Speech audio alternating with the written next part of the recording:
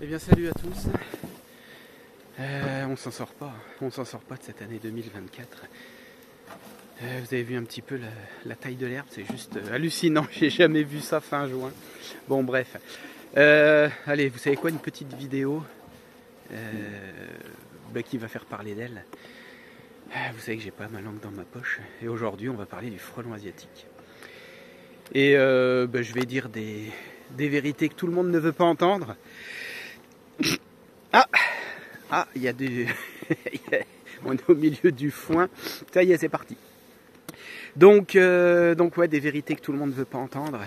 Je vais encore me faire des amis, mais c'est pas grave, hein, vous savez que c'est ma marque de fabrique. Le frelon asiatique, eh bien, c'est une plaie, c'est une calamité, ça on le sait tous. Mais le frelon asiatique, eh bien, on peut largement lutter contre. Et les abeilles peuvent très largement lutter contre. Le frelon asiatique est dans notre région depuis 5-6 ans à peu près. Alors bien sûr, comme vous tous, le frelon asiatique vient taquiner mes colonies. Mais sachez que je n'ai jamais perdu une seule colonie à cause du frelon asiatique. Jamais. J'ai plein de choses que je mets en place pour lutter contre ça. Et apparemment c'est efficace. C'est efficace, mais c'est pas dans les normes de l'apiculture d'aujourd'hui. Donc c'est pour ça que je disais que cette vidéo va faire jaser. Je vais vous montrer tout ça en détail. Et vous allez voir, alors la première des choses, eh bien voilà, quand on arrive sur les ruchers, tout le monde veut avoir des beaux ruchers bien propres. Alors ça, je vous en parle régulièrement dans les vidéos. Tout le monde veut bien nettoyer ses ruchers. D'ailleurs, beaucoup d'entre vous font des vidéos spéciales nettoyage de ruchers. Eh bien, moi, je ne fais pas. Je ne fais pas. Regardez un petit peu mes ruches. Elles sont complètement envahies sous les herbes. Mais ça, c'est la première chose qui fait que mes abeilles sont ultra protégées du frelon asiatique parce que le frelon n'arrive pas à passer à travers les hautes herbes. Alors que les abeilles peuvent sans problème, donc voilà, c'est la première chose, mais rassurez-vous, c'est pas la dernière. Et c'est pas celle-ci qui va faire jaser, ça va être dans les toutes dernières solutions que j'utilise qui vont faire jaser, pardon. Donc ça c'est hyper important, laissez les herbes pousser, laissez les ronces, laissez tout. Alors ouais, vous n'aurez pas des beaux ruchers, franchement vous amenez beaucoup de monde sur vos ruchers, moi non. Je préfère qu'il y ait des grandes herbes et que mes abeilles soient protégées, voilà. Ensuite, lorsque la période du frelon asiatique arrive, c'est-à-dire à partir de mi-juillet, on va dire mi à fin juillet, quand on a fait la dernière récolte. Donc là, cette année 2024, ça risque d'être un peu plus compliqué. Est-ce qu'il y aura une récolte? On ne sait pas. S'il y en a une, ça sera peut-être plus tard. On ne sait pas du tout. Mais bref, une fois que la dernière récolte est faite, eh bien, on remet les portes blanches sur les ruches.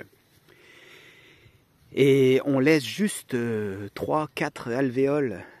3-4 trous pour que les abeilles rentrent, et en fait ce qui fait qu'elles ont beaucoup moins à défendre contre le frelon asiatique.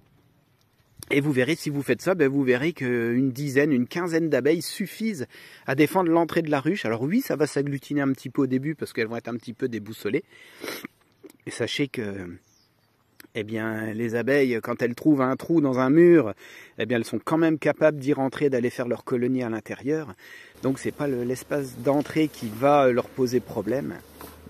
Voilà, nous on veut des grandes portes, des grandes ouvertures pour qu'elles ramassent beaucoup plus de miel. Moi franchement, c'est pas ce qui m'intéresse du tout. Vous me connaissez, le miel j'en prélève très peu. J'en ai pas du tout prélevé cette année. Je pense que je n'en prélèverai pas vu les conditions météo, les pauvres.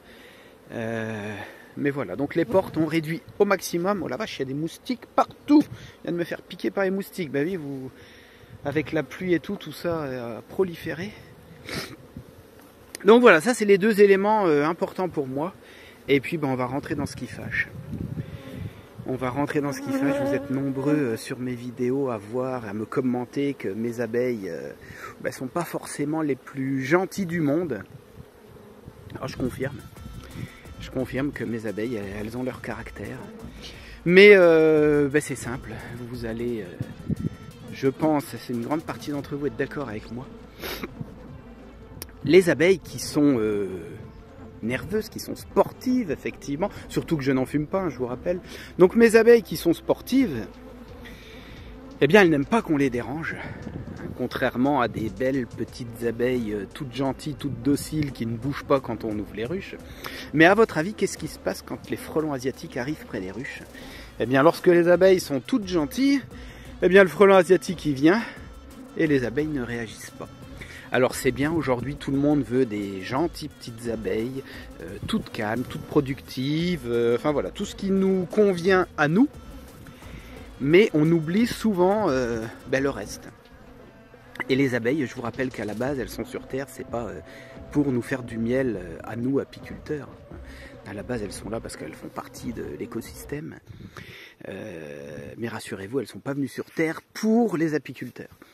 Donc voilà, moi j'ai décidé de procéder à une apiculture totalement différente. Je sais que certains se retrouveront dans ce que je fais. Et moi, mes abeilles, eh bien, plus elles sont teigneuses, eh bien, moins on est embêté par le frelon asiatique. Et sur chacun de mes ruchers, je m'arrange pour garder une ou deux colonies hyper agressives. Vous allez dire, mais je suis fou. Bah ouais, peut-être, mais comme je disais au début, je vous rappelle, je n'ai jamais eu une seule colonie de mortes à cause du frelon asiatique. J'en ai eu bien sûr des mortes comme tout le monde à cause de plein d'autres problèmes, puisqu'on n'a pas que le frelon asiatique. Mais si vous voulez en supprimer un de problème, eh bien voilà, et vous verrez que ça marche. Ouais, c'est plus embêtant d'aller visiter les colonies. C'est tout. Hein. Moi, quand elles veulent pas que j'ouvre les ruches, eh bien, elles me le font savoir et hop, je referme aussitôt. D'ailleurs, c'est ce qu'on va voir aujourd'hui. On va aller ouvrir quelques ruches. Mais voilà, je sais que certains vont pas comprendre parce que voilà, on veut tous des gentilles petites abeilles, mais malheureusement, c'est nous, en fait, qui avons instauré... qui avons aidé le frelon asiatique. Et puis alors, je vais terminer concernant le frelon asiatique sur une quatrième chose que je ne fais pas, que tout le monde, y compris les sites d'apiculture, y compris y compris les GDSA, enfin toutes les associations dans lesquelles nous sommes en tant qu'apiculteurs, eh bien tout le monde nous dit piéger les fondatrices. Ouais, c'est dommage parce que depuis 20 ans, on se plante complètement. Il y a une étude qui vient de sortir. Et cette étude, eh bien, elle démontre que finalement, le fait de piéger les frelons asiatiques, en fait, on se retrouve avec, alors certes, moins de reines, mais des nids plus gros, puisque vous savez que le frelon asiatique est territorial. Et donc, moins on a de reines, eh bien, plus les nids sont espacés, et donc plus les nids grossissent.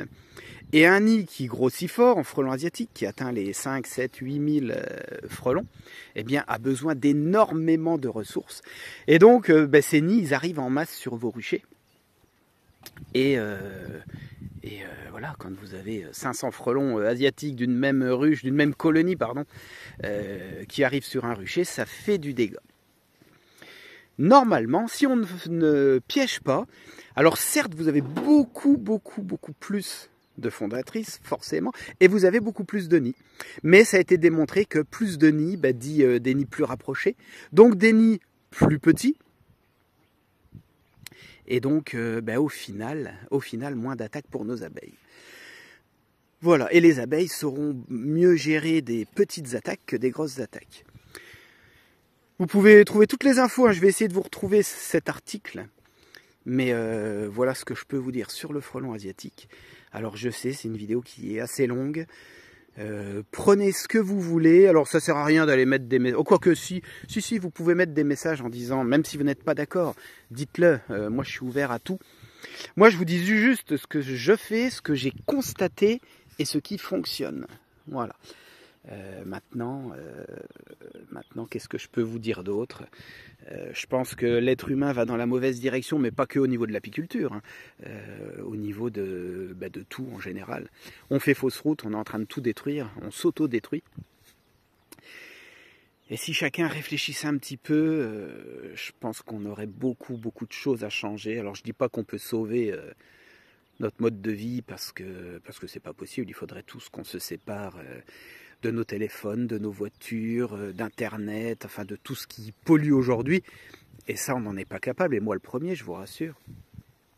Donc on participe tous à notre autodestruction. Mais voilà, si on peut essayer de faire des choses assez simples pour aider nos abeilles, ben, je vous invite à le faire. Allez, vous savez quoi, assez parlé, on va aller voir nos petites abeilles, c'est parti.